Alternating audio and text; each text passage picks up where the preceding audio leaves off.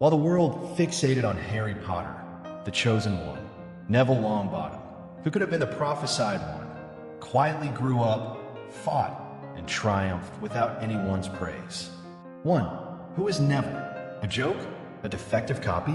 In a world full of standout characters, brave Harry, brilliant Hermione, loyal Ron, Neville Longbottom appeared as the perfect misfit to be looked down upon. From his very first year, he was an easy target for mockery, forgetting the password to the dormitory, botching spells, being clumsy, unable to intimidate anyone, not even his own Toad. Both audiences and characters in the story laughed at Neville, as if he were the indispensable comic relief at Hogwarts. And when Dumbledore awarded Neville 10 points for having the courage to stand up to his friends, everyone thought it was a symbolic compliment. Encouragement for a weak child who dared to do something small. But few knew that very moment predicted Neville's entire journey ahead. Beneath the clumsiness lay a heart that had been deeply wounded. Neville didn't grow up surrounded by love like Harry, nor was he surrounded by friends like Ron.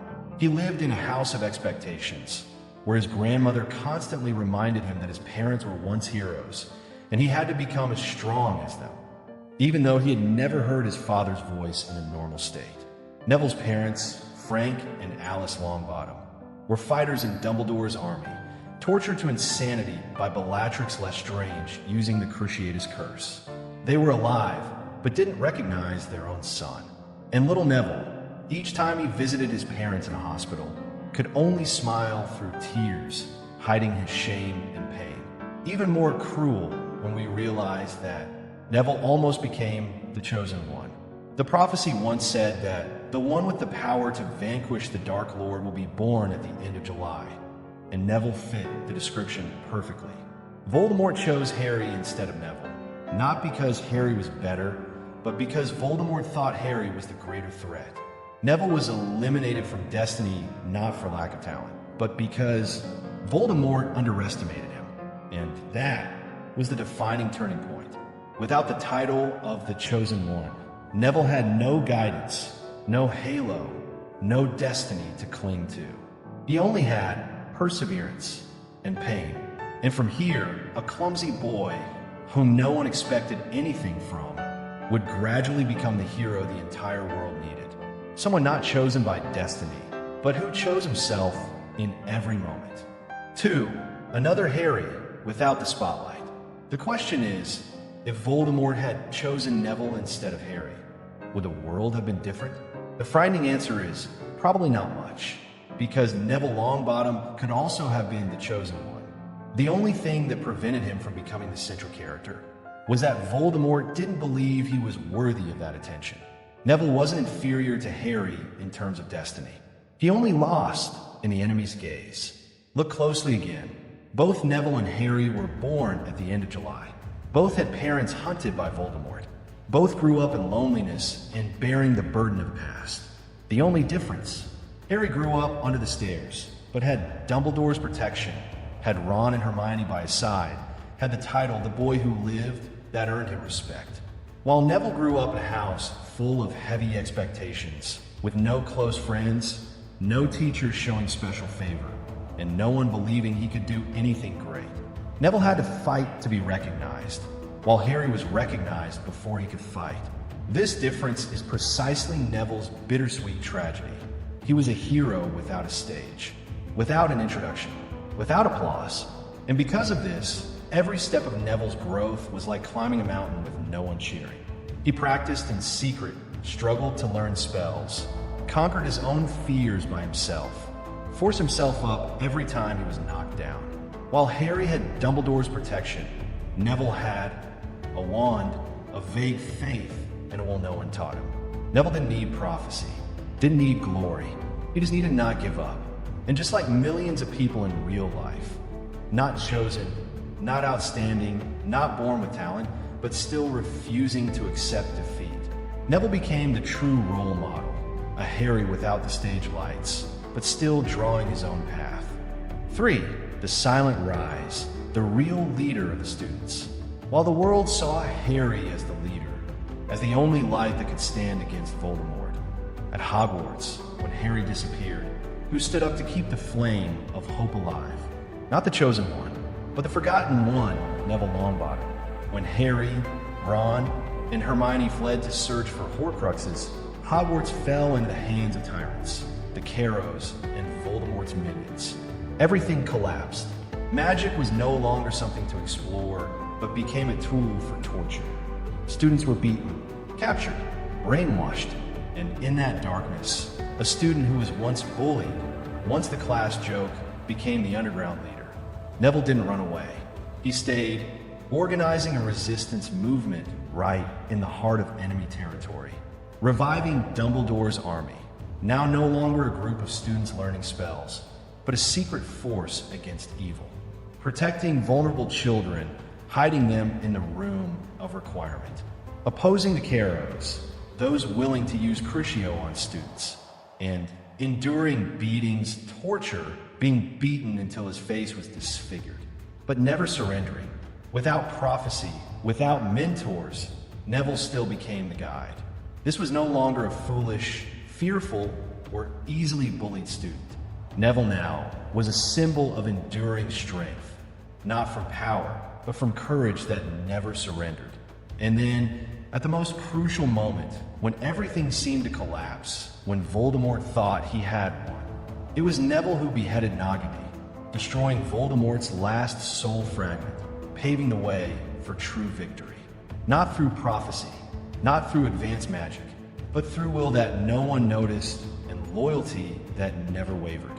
While Harry fought with choice, Neville fought though no one chose him. And that is precisely what made him special. 4.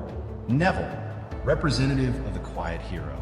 In the wizarding world, people celebrate great heroes, those who possess powerful magic, noble bloodlines, special weapons, or destined fate.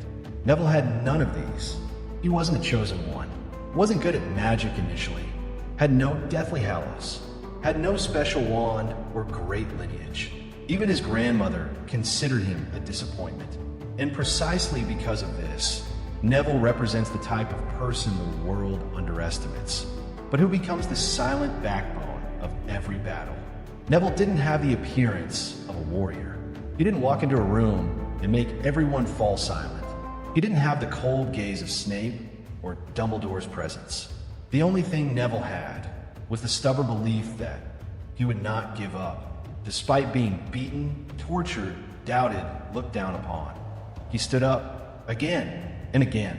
He didn't need light to walk, didn't need anyone to show the way, didn't wait for anyone's recognition. Neville is the type of hero who doesn't need to be born with destiny. He writes his own destiny through bruises, through silence, and through determination. And the miracle is Neville doesn't represent a genius. He represents millions of people in real life. Those who aren't top students, don't get attention in class, don't win awards, but still study every day, strive, endure, live decently, and don't surrender to adversity. Remember when he beheaded Nagini? He didn't need a beautiful spell, didn't need Dumbledore beside him, didn't need predetermined prophecy. He just needed to know, if I don't do this, the world will collapse. And I'm the last person who can.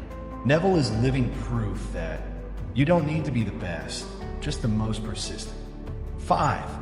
Neville, the real hero who needs no prophecy.